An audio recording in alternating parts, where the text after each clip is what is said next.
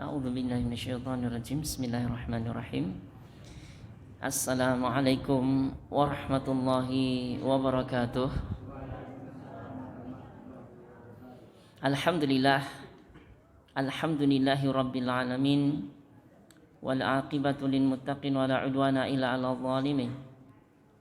Wassalatu wassalamu ala asyrafil anbiya'i wal mursalin sayyidina wa maulana Muhammadin wa ala alihi wa ashabihi ajma'in, amma ba'du. Allahumma inna nas'aluka ilman nafi'a wa na'udzubika min ilmin la yanfa'. Ya Allah, kami mohon kepadamu ilmu yang bermanfaat, yaitu ilmu yang mendekatkan diri kami kepadamu, dan jauhkanlah kami dari ilmu yang tidak bermanfaat, yaitu ilmu yang malah menjauhkan diri kami daripadamu. Amin, Allahumma amin. Ma'asyiral muslimin wal muslimat, bapak-bapak, ibu-ibu rahimani wa rahimakumullah. Alhamdulillah, puji syukur senantiasa kita haturkan kehadirat Allah Azza wa Jalla atas limpahan nikmat karunia yang tak terhingga di dalam diri kita semua sampai detik ini. Alhamdulillah, nikmat iman dan Islam sampai detik ini masih kita rasakan. Kita mohon pada Allah supaya kedua nikmat ini dijaga di dalam diri kita sampai akhir hayat kita nantinya. Amin. Kemudian nikmat yang tak kalah besar pula, ma'asyiral muslimin wal muslimat, yaitu nikmat masih kita diberikan kemudahan oleh Allah Azza wa Jalla di dalam beribadah kepadanya. Salah satu ibadah kita kepada Allah yaitu duduk kita di sini ba'da maghrib sampai menjelang isya di tiap pekannya di hari Sabtu malam, untuk sedikit menambah pengetahuan kita di dalam agama Islam kita ini. Insya Allah sudah pernah kita bahas ini, pelajari ini, tapi di dalam pembelajaran tidak cukup sekali ya. Jadi perlu diulang-ulang sehingga yang kita fahami, kita pelajari di dalam agama ini semakin sempurna, semakin baik. Ma'asyiral muslimin wal muslimat, bapak-bapak, ibu-ibu rahimani wa rahmakumullah.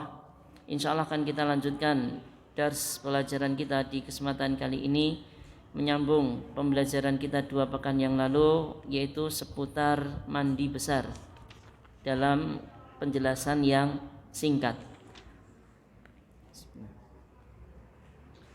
Terakhir yang kita pelajari, ma'asyiral muslimin wal muslimat, yaitu tentang tata cara mandi janabah.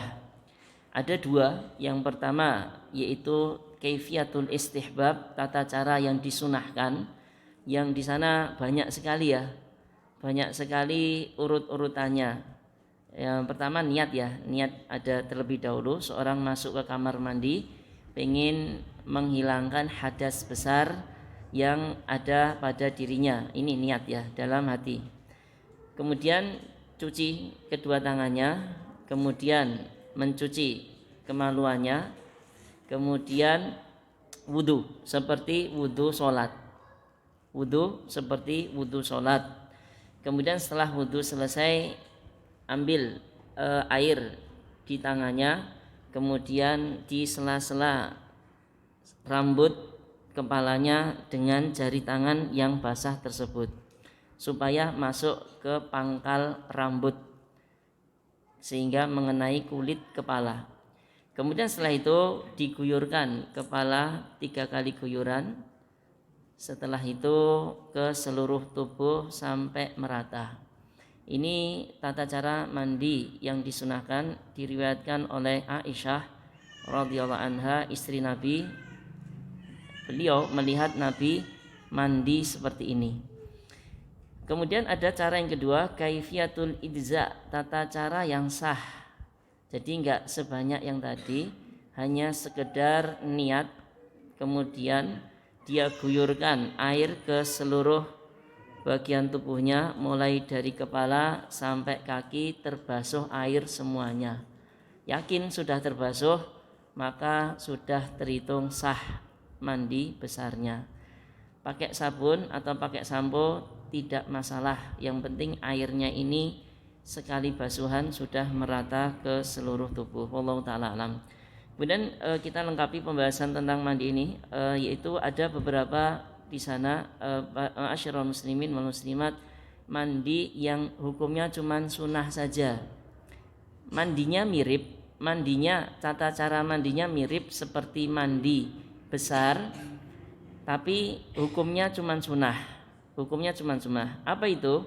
Yang pertama, al-iktisalu inda kulli jima', yaitu mandi setiap mengulang kembali hubungan suami istri. Jadi dia pernah berhubungan satu kali, kemudian jeda beberapa waktu belum mandi, mau hubungan lagi, ini disunahkan mandi dulu, sunnah saja. Yang kedua, al-ghuslu lil jum'ati, mandi hari Jumat. Ini bagi orang yang wajib Jumatan ya, yaitu bapak-bapak yang wajib Jumatan mau menghadiri sholat Jumat disunahkan untuk mandi. Bahkan ada sebagian pendapat dari ulama mandi Jumat ini wajib, ada sebagian. Jadi untuk amannya kalau ada kesempatan mandi, tapi kalau qadarullah lupa atau ada udzur suatu ketika kok enggak mandi, enggak ada masalah, tapi diupayakan untuk mandi Jumatan. Ibu-ibu yang menghadiri Jumatan pun juga sama, wajib disunahkan mandi Jumat. Tapi bagi ibu-ibu yang tidak ikut Jumatan alias sholat duhur di rumah, maka tidak disunahkan untuk mandi di hari Jumat ini. Ini hanya khusus bagi orang yang menghadiri sholat Jum'ah berjamaah di masjid. Kemudian yang ketiga, mandi yang hukumnya sunnah, iktisal lil idaini, mandi untuk menghadiri dua sholat hari raya, Idul Fitri dan Idul Adha. Sebelum berangkat, habis subuh atau sebelum subuh boleh, yaitu mandi seperti mandi yang kita jelaskan di awal tadi tata caranya. Kemudian sunnah yang keempat, disunahkan untuk mandi, yaitu iktisal indan ihram bil umrati wal haji. Ini bagi bapak-bapak, ibu-ibu yang pernah melaksanakan umroh ya dan haji ya. Ada di sana ketika posisi bapak ibu itu ihram, yaitu di miqat sebelum masuk ke Mekah. Jadi ada kota-kota yang Nabi tentukan kalau mau umroh atau haji di kota-kota ini harus sudah ihram. Lah itu ketika ihram, kalau bapak-bapak ganti baju putih-putih dua helai itu, satu bawahan satu atasan.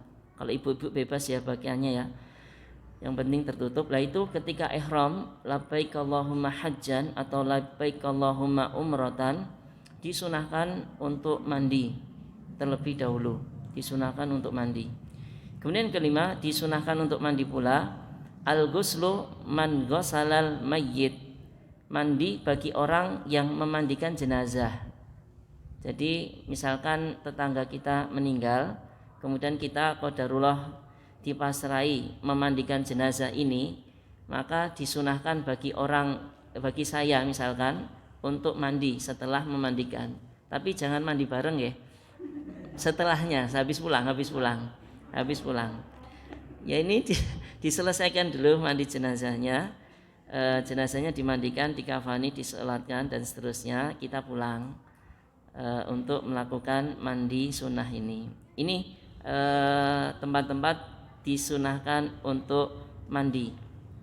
Kemudian masalah berikutnya, al-ahkamul mutarattabah ala man wajaba alaihil ghuslu, hukum-hukum yang berkaitan terhadap orang yang dia punya kewajiban untuk mandi besar tapi belum mandi. Jadi dia junub. Ada beberapa perkara yang ini tidak boleh dilakukan dia. Yang pertama, la yajuzu lahu al-muqsu fil masjid illa abirasabilin. Tidak boleh bagi orang yang dia junub wajib mandi kok belum mandi, tidak boleh orang ini untuk duduk di masjid. Duduk lama di masjid tidak boleh, kecuali hanya sekedar lewat saja, ngambil barang tertinggal keluar lagi. Nah, itu tidak mengapa. Tidak boleh duduk lama di masjid. Tapi di sana ada keringanan, kalau misalkan orang itu ada kepentingan duduk-duduk lama di masjid, boleh, asalkan wudhu, asalkan wudhu, asalkan wudhu terlebih dahulu. Jadi ini diriwayatkan oleh sekelompok orang dari para sahabat di masa Nabi Sallallahu Alaihi Wasallam. Ada sebagian mereka itu junub, belum mandi. Nabi punya halaqah pengajian di masjid, pengen duduk. Itu para sahabat yang junub tadi belum mandi, mereka wudhu untuk meringankan hadasnya, hanya untuk meringankan hadas, bukan menghilangkan hadas ya, karena junub itu harus mandi. Kok ini wudhu? Itu hanya sekedar untuk meringankan hadasnya biar boleh duduk di masjid. Kemudian yang kedua, tidak boleh bagi seorang yang harus mandi, yang harusnya dia mandi tapi kok belum mandi, la yajuzu lahu mashu mushaf. Tidak boleh bagi seorang yang seperti itu menyentuh mushaf. Misalkan ini mushaf Quran ya. Dia junub, mungkin habis berhubungan dengan istrinya, kemudian mau menyentuh mushaf, gak boleh menyentuh mushaf secara langsung. Ini berdasarkan hadis dari Nabi, la yamassul mushafa illa tahirun. Tidak boleh menyentuh mushaf kecuali seorang yang suci. Hadis riwayat Malik, Hakim, dan disahihkan oleh Syekh Al-Albani rahimahullahu taala. Kemudian yang ketiga, tidak boleh dilakukan bagi seorang yang punya hadas besar dan belum mandi. La yajuzu lahu qiraatul Quran. Tidak boleh bagi orang ini, Pak Bu, baca Quran. Baca Quran enggak boleh. Enggak boleh sampai dia mandi. Ini berdasarkan hadis Ali radhiyallahu anhu. Ali menceritakan, dahulu Nabi itu sering baca Quran. Tidak ada yang menghalangi Nabi baca Quran sesuatu pun kecuali janabah, junub. Tatkala beliau junub dan belum mandi, beliau enggak baca Quran. Jadi ini yang tidak boleh dilakukan seorang yang punya hadas besar dan belum mandi, enggak boleh baca Quran. Supaya apa? Supaya cepat mandi. Cepat mandi sana, selesaikan, mau baca Quran, setelah itu silahkan. Jangan ditunda-tunda mandinya. Kemudian haram pula, bahkan ini bukan sekedar tidak boleh, ini haram sholat, haram tawaf. Insya Allah penjelasan ini sudah di penjelasan yang lalu di bagian wudhu. Jadi wudhu, belum punya wudhu tidak boleh atau haram untuk sholat. Begitu juga ini, junub kok belum mandi, haram untuk sholat, baik sholat sunnah ataupun sholat wajib. Dan juga tawaf seperti itu, karena tawaf di Ka'bah itu seperti sholat pula. Wallahu ta'ala alam. Itu ma'asyiral muslimin wal muslimat, bapak-bapak, ibu-ibu rahimani wa rahmatullah. Hal yang selanjutnya yang kita bahas tentang mandi besar. Kemudian kita akan masuk ke bab yang baru. Insyaallah akan kita jelaskan agak enggak cepat ya seperti tadi, karena yang kemarin itu mandi besar itu sudah dijelaskan di kesempatan yang lalu. Kemudian akan kita bahas al-babu samin, bab yang ke-8 di kitab kita ini, al-fiqhu al-muyassar, di kitab shalah, yaitu fit tayamum, tentang masalah tayamum. Bismillah. Insyaallah pernah mendengar kata tayamum nggih Pak, Bu? Pernah melakukannya? Pas apa itu? Pas perjalanan, enggak ada air, Pak.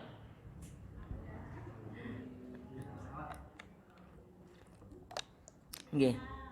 Tayamum ini dilakukan sebagai pengganti bersuci dengan air ketika air tidak ada atau air ada tapi tidak bisa digunakan gara-gara sakit. Insya Allah akan kita bahas panjang lebar seperti itu. Pertama yang dibahas di sini, ma'asyiral muslimin wal muslimat, yaitu tentang hukumnya, hukum tayamum dan dalil pensyariatan tayamum ini. At-tayammumu masyru'un. Tayamum itu disyariatkan. Jadi ini bukan ibadah yang diada-adakan ya oleh seseorang, bukan. Disyariatkan oleh Allah dan ini termasuk rukhsatun minallah li'ibadihi. Keringanan dari Allah Azza wa Jalla untuk hamba-hambanya. Wa huwa min mahasini hadhihi syariah, dan ini termasuk keistimewaan syariat Islam ini dan kekhususan umat Islam dibandingkan umat yang lain. Yahudi, Nasrani, kaumnya Nabi Dawud, Nabi Lut, Nabi yang lain Nuh tidak punya keistimewaan syariat tayamum ini. Ini hanya khusus untuk umatnya Nabi Muhammad sallallahu alaihi wasallam. Dalil yang pertama di Quran surat Al-Maidah. Panjang ini. Dalilnya tentang tayamum ini di surat Al-Maidah ayat 6. Al-Maidah ayat 6 ini Pak Bu, ini satu ayat pertama wudu ada di sana, mandi besar ada di sana, plus dilengkapi dengan tayamum ada di sana juga. Kita baca yang bagian tayamum saja ya. Allah Ta'ala berfirman di potongan surat Al-Maidah ayat 6 ini, wa in kuntum junuban wa in kuntum marda au ala safarin au jaa ahadum minkum minal ghaiti aw lamastumun nisaa falam tajidu ma'an fatayammamu sa'idan thayyiba. Allah Ta'ala berfirman, jika kalian dalam keadaan sakit atau dalam keadaan safar bepergian dan salah seorang atau dalam keadaan seorang itu selesai dari buang hajat atau sedang setelah menyentuh berhubungan dengan istrinya, kemudian setelah itu semua tidak mendapatkan air, kata Allah, fatayamamu, maka bertayamumlah, sa'idan thayyiban, dengan sa'id ya di sini dikata Allah mengatakan sa'id dengan tanah atau debu, thayyiban yang suci. Famsahu biwujuhikum wa aydikum minhu.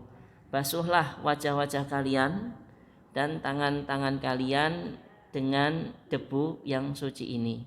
Ini ayat yang menjadi dalil tentang tayamum. Adapun dari hadis Nabi SAW bersabda, ada dua hadis di sini ya. Hadis yang kedua saja yang kita baca. Rasul bersabda, ju'ilat liyal ardu masjidan wa tahuran. Dijadikan untukku, untuk umat Islam ini, bumi seluruhnya masjidan, tempat sholat, wa tahuran, dan alat untuk bersuci. Jadi kalau Bapak Ibu sekalian tidak mendapati masjid ketika perjalanan jauh, gak usah khawatir. Seluruh bumi Allah ini tempat untuk sujud sholat sah. Di pinggir jalan, di tanah lapang, di pegunungan, di rerumputan, kok nggak ketemu masjid, nggak ada masalah, sholat di situ menghadap kiblat. Dan juga tahuron, alat untuk bersuci. Jadi tanahnya, seluruh permukaan bumi ini selain air ya, itu bisa dijadikan untuk alat bersuci ketika kaum muslimin tidak mendapatkan air. Wallahu ta'ala alam. Dalilnya dari Quran itu, dari hadis salah satunya di ini hadis riwayat Bukhari. Kemudian ada ijma' bagi dari ahlul ilmi ala masyru'iyati tayammum idza tawafarat syara'ituhu. Disyariatkan tayamum jika terpenuhi syarat-syaratnya. Wallahu ta'ala a'lam. Jadi sudah komplit ya. Ibadah tayamum ini ibadah yang disyariatkan, bukan ibadah yang diada-adakan oleh seorang. Kemudian masalah yang kedua, Bapak Ibu sekalian rahimani wa rahmatullah, kita bahas syurutu at-tayammum wal asbabul mubihah lahu. Syarat-syarat tayamum dan sebab yang membolehkan kita untuk tayamum. Jadi tayamum ini boleh dilakukan ketika terpenuhi syarat-syaratnya. Yubahu tayammumu indal ajzi an isti'malil ma'. Dibolehkan tayamum itu tatkala tidak mampu menggunakan air. Ini pembahasan yang pertama, tidak mampu menggunakan air. Kemungkinan yang pertama, airnya tidak ada. airnya tidak ada, sudah dicari dulu nggih ya. Bahkan kalau perlu dibeli, airnya dibeli. Seperti ini, kalau bisa dibeli, dipakai untuk wudhu, harus. Ketika tidak ada, sudah berusaha semaksimal mungkin, baru boleh beralih ke tayamum. Atau tidak bisa menggunakan air sebabnya li khaufil dharari min istimalihi limaradin fil jismi, atau bisa jadi dia khawatir bahaya menimpa dia kalau menggunakan air karena sakit.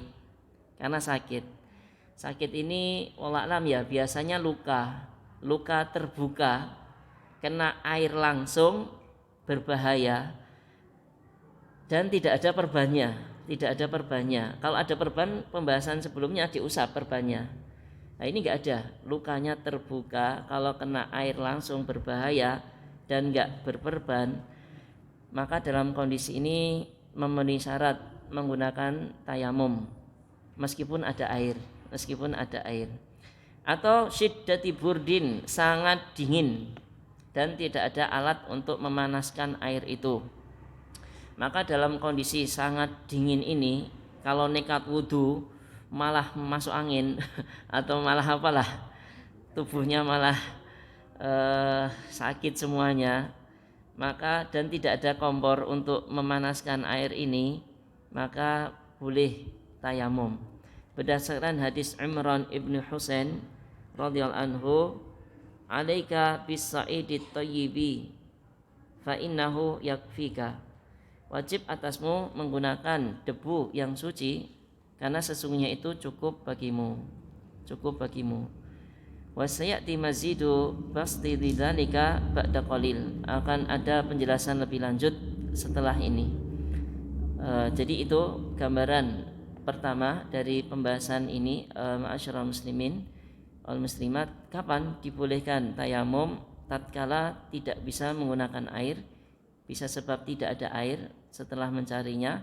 Yang kedua, ada air tapi sakit, tidak bisa menggunakannya. Kemudian dibahas di sini syarat-syarat lebih rinci lagi. Syarat-syarat yang lebih rinci lagi, insya Allah semuanya memenuhi syarat ini. Yang pertama, niat. Jadi ketika menggunakan debu untuk tayamum ini, dia berniat untuk bersuci dari hadas kecil atau hadas besar. Yang kedua, Islam. Insya Allah semuanya di sini Islam. Tidak sah tayamum ini dari orang kafir, karena tayamum ini ibadah. Orang kafir kok tayamumnya enggak sah. Kemudian yang ketiga, berakal. Insya Allah semuanya di sini juga sehat semua, berakal semua. Adapun bagi orang yang tidak berakal, yaitu seperti orang gila atau orang yang pingsan, maka tidak sah tayamumnya. Yang keempat, tamyiz, yaitu enggak disyaratkan dewasa ya. Tamyiz saja, yaitu tamyiz itu anak kecil yang berumur 7 tahun yang bisa diajak bicara nyambung. Adapun kalau di bawah 7, 6, 5, 4, 3 ini belum umur tamyiz. Jadi kalau anak kecil umur segitu tayamum di bawah 7 tahun ya tidak sah tayamumnya. Tapi kalau mau diajari saja biar tahu enggak ada masalah. Kemudian yang kelima, ini yang baru saja kita bahas tadi, ta'adzuru isti'malin ma'. Udur menggunakan air. Bisa jadi airnya tidak ada, atau bisa jadi airnya ada tapi dia tidak mampu menggunakan gara-gara sakit. Wallahu ta'ala a'lam. Kemudian ta'adzur isti'malil ma' ini juga bisa disebabkan selain sakit tadi, khawatir kalau nekat menggunakan air lukanya itu enggak sembuh-sembuh. Sebenarnya bisa, kena air bisa, tapi kalau tiap wudu kena air terus, lukanya ini enggak sembuh-sembuh.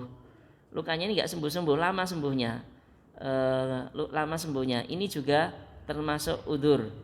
Boleh menggunakan debu pengganti wudu menghilangkan hadas kecil atau mandi menghilangkan hadas besar. Ini berdasarkan hadis Sahibu Syajjah. Jadi dahulu ma'asyiral muslimin wal muslimat, ada sahabat ya terluka kepalanya dalam peperangan terluka. Qadarullah di malam hari dia mimpi basah harus mandi besar. Datanglah waktu subuh, sholat subuh. Dia tanya kepada orang yang lain, sahabat yang lain. Sahabat ini sebenarnya nggak tahu, tidak berilmu. Dia jawab tetap mandi. Tetap mandi. Akhirnya mandi dia. Diguyur kepalanya gitu dengan air, padahal ada luka ini kepalanya. Entah kena sabetan pedang atau panah, intinya ada luka di kepalanya ini. Akhirnya meninggal dunia. Saking sakitnya ya, kena air ini nyes itu, terluka. Kemudian dingin juga di malam hari, akhirnya meninggal. Dilaporkan kasus ini kepada Nabi mengatakan, qataluhu, orang-orang tadi membunuh dia. Qatalahumullah, semoga Allah membunuh mereka. Maksudnya mendoakan kejelekan bagi orang-orang yang berfatwa harus mandi tadi. Halla sa'alu idza lam ya'lamu, tidakkah mereka bertanya kalau mereka tidak tahu? Jangan nekat berfatwa kalau enggak tahu. Akibatnya ini nyawa orang meninggal. Innama syifa'un ayyi as-su'al, sesungguhnya obat kebodohan itu adalah bertanya. Jadi kalau ini juga jadi ibrah buat kita, pelajaran bagi kita. Kalau ditanya kaitannya dengan agama dan enggak tahu, bilang saja wallahu ta'ala alam. Nanti tanya yang lebih tahu, atau nanti dipelajari lagi. Kalau sudah yakin jawabannya seperti itu, silahkan disampaikan wallahu ta'ala alam. Jadi kasus tersebut dilaporkan ke Nabi. Cukup sebenarnya tayamum kalau kondisi terluka seperti itu. Kemudian ada satu kasus lagi di peperangan, yaitu Amr bin As ya. Amr bin As di dalam Ghazwah Datus Salasil, beliau mimpi basah di malam hari yang dingin, nggak ada luka.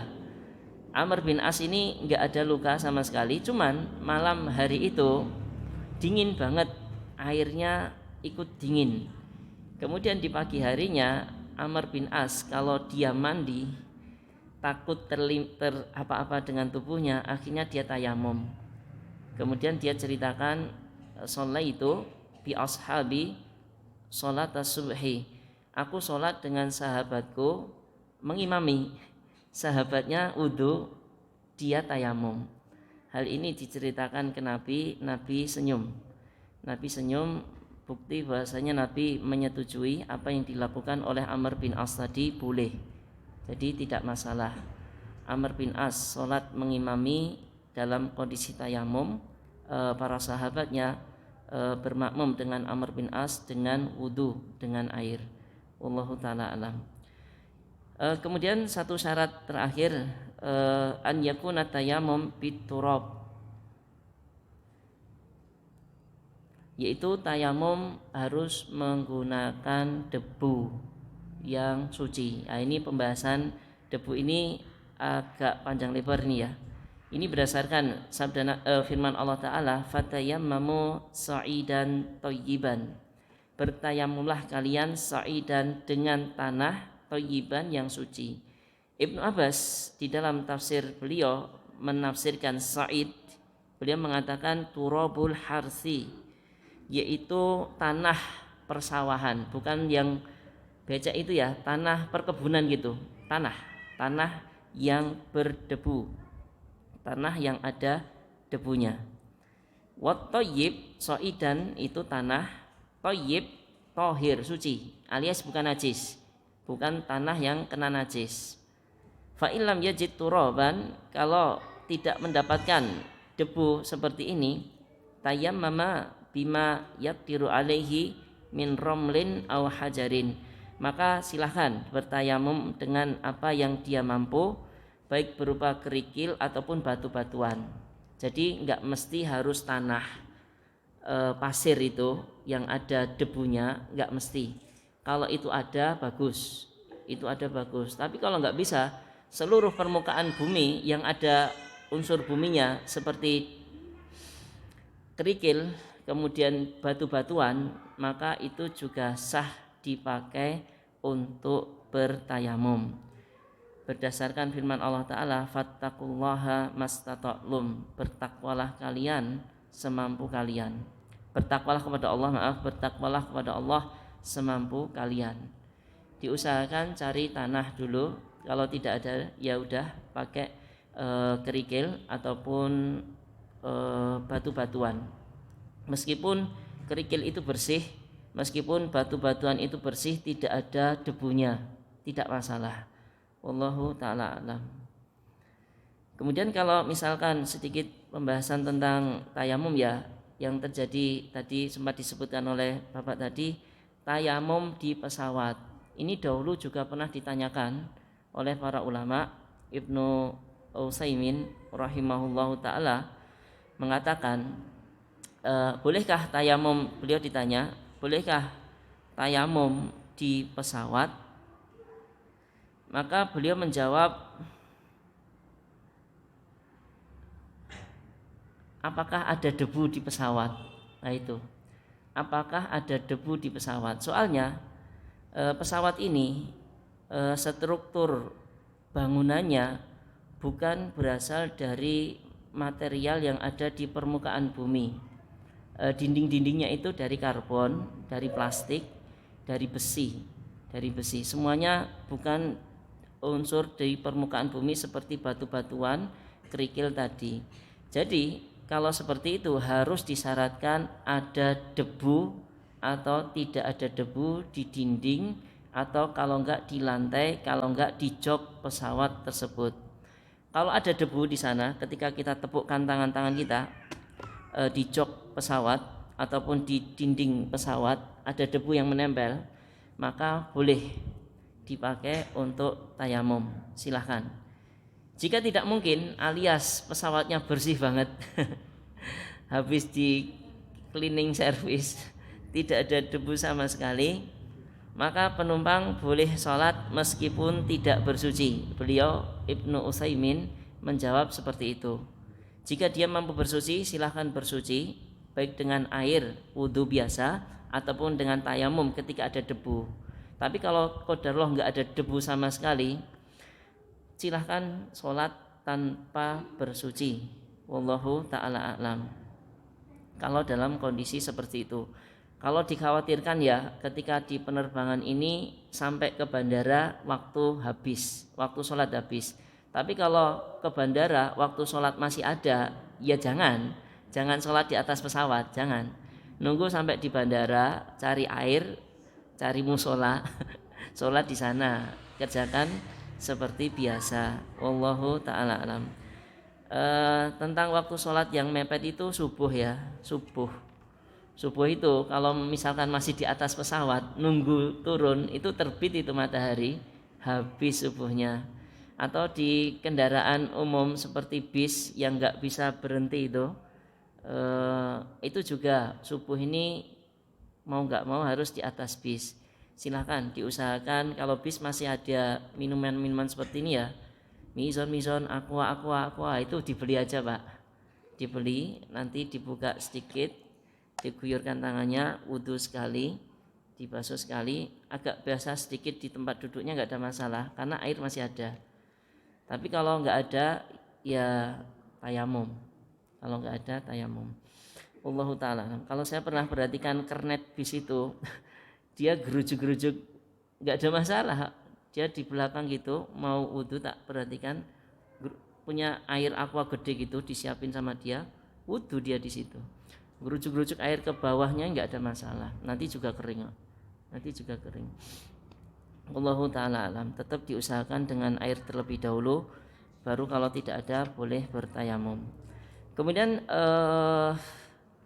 pembahasan berikutnya tentang tayamum ini, insyaallah masih cukup ya, satu lagi, sifatu tayamum, tata cara tayamum. Yang pertama, an yanwiya, dia berniat. dia berniat mau tayamum untuk menghilangkan hadas kecil, silahkan. Hadas besar juga boleh. Jadi tayamum ini untuk dua, Pak. Untuk wudhu, pengganti wudhu boleh, pengganti mandi besar boleh, semuanya boleh. Kemudian yang kedua, yusami, bismillah, mengucapkan bismillah. Bismillah. Kemudian setelah itu yadribul arda biyadaihi darbatan wahidatan. Nepuk bumi sekali, dua tangannya ditepukkan ke bumi sekali tepukan. Kemudian yanfuhuhuma, ditiup. Kalau ada kerikil-kerikil tajam yang nempel ditiup. Kalau enggak dikipat-kipatkan gini, biar yang nempel sedikit, enggak terlalu banyak. Kemudian gimana? Yamsahu bihima wajahu, diusapkan wajahnya. Wajahnya saja, batas wajah itu dari atas tumbuh rambut ini sampai jenggot, kemudian telinga sampai telinga. Ini diusapkan. Kemudian yadaihi ila rizghaini. Kemudian kedua tangannya sampai pergelangan saja. Pergelangan tangan saja. Jadi bukan sampai lutut, siku. Bukan sampai siku seperti wudu, enggak. Cuman sampai rizghaini, kedua pergelangan tangan saja. Jadi pergelangan tangan. Ini berdasarkan hadis Ammar bin Yasir. Di dalam hadis itu disebutkan tata cara tayamum. Ammar mengatakan at-tayammumu darbatun lil wajhi wal kafaini. Tayamum itu satu kali tepukan untuk wajah dan untuk kedua telapak tangan. Telapak tangannya yang atas itu aja, yang atasnya saja. Kanan ngusap yang kiri, kiri ngusap yang kanan, Wallahu ta'ala a'lam. Ini mungkin yang bisa kita bahas pada kesempatan kali ini tentang masalah tayamum. Alhamdulillah sudah kita selesaikan biidnillahi ta'ala. Mungkin sisa waktu beberapa menit ini, kalau misalkan dari yang disampaikan tadi ada yang ditanyakan, tafadhol, dipersilahkan. Monggo Bapak Ibu, dipersilahkan. Waalaikumsalam warahmatullahi wabarakatuh.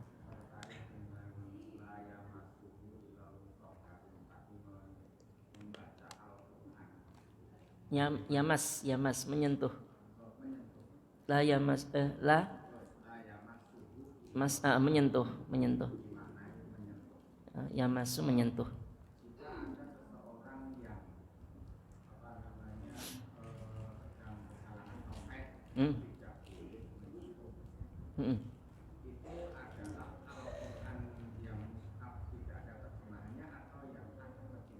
Oke. Bagaimana solusinya jikalau di dalam dunia pendidikan setelah kita tanya banyak para siswa itu yang sedang berhalangan, tidak membaca Al-Quran, alasannya mereka adalah sedang berhalangan, Pak, kan seperti itu.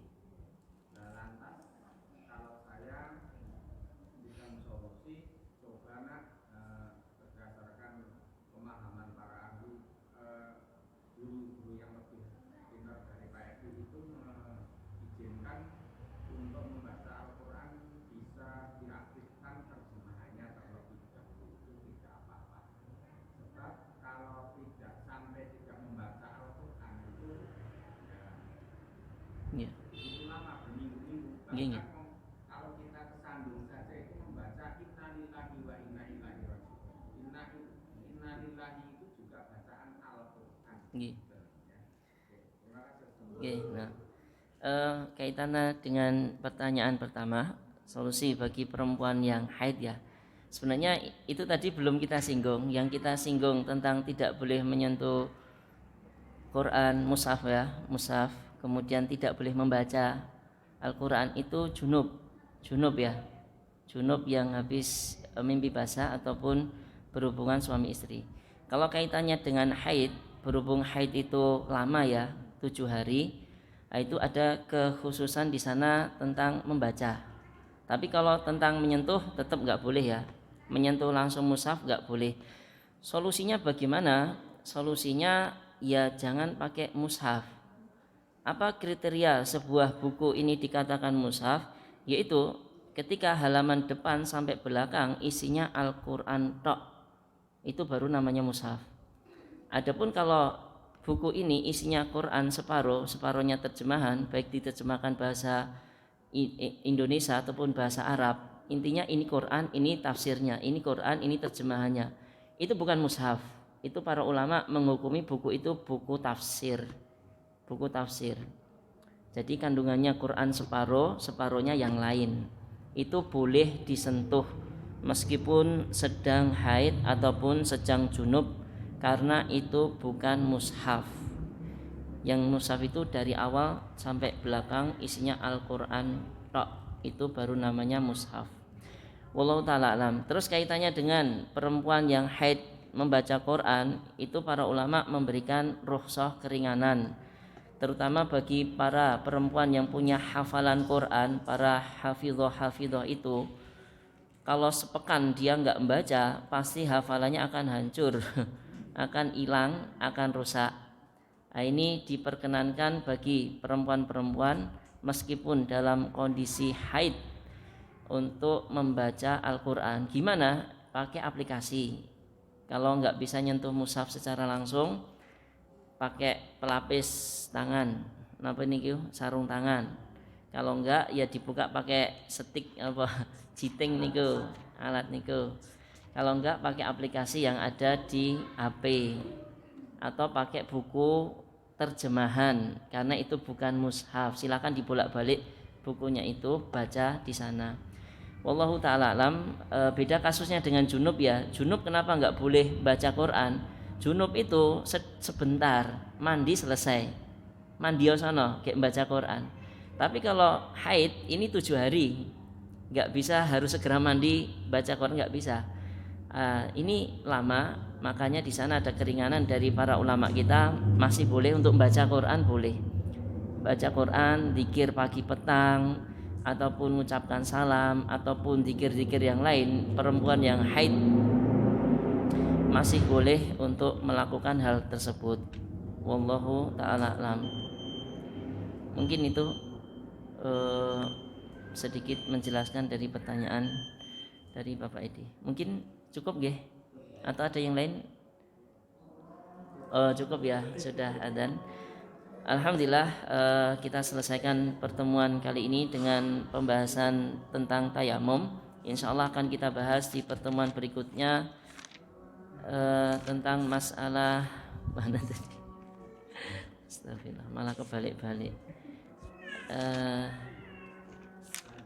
Fi najasat wa kaifiyatu tadhhiriha, tentang najis dan tata cara mensucikan najis tersebut. Kemudian pembahasan berikutnya haid dan nifas untuk ibu-ibu dan mustahadhah, insyaallah. Kita akhiri pertemuan kali ini dengan doa kafaratul majlis. Subhanakallahumma wa bihamdika asyhadu an la ilaha illa anta astaghfiruka wa atubu ilaik. Assalamualaikum warahmatullahi wabarakatuh.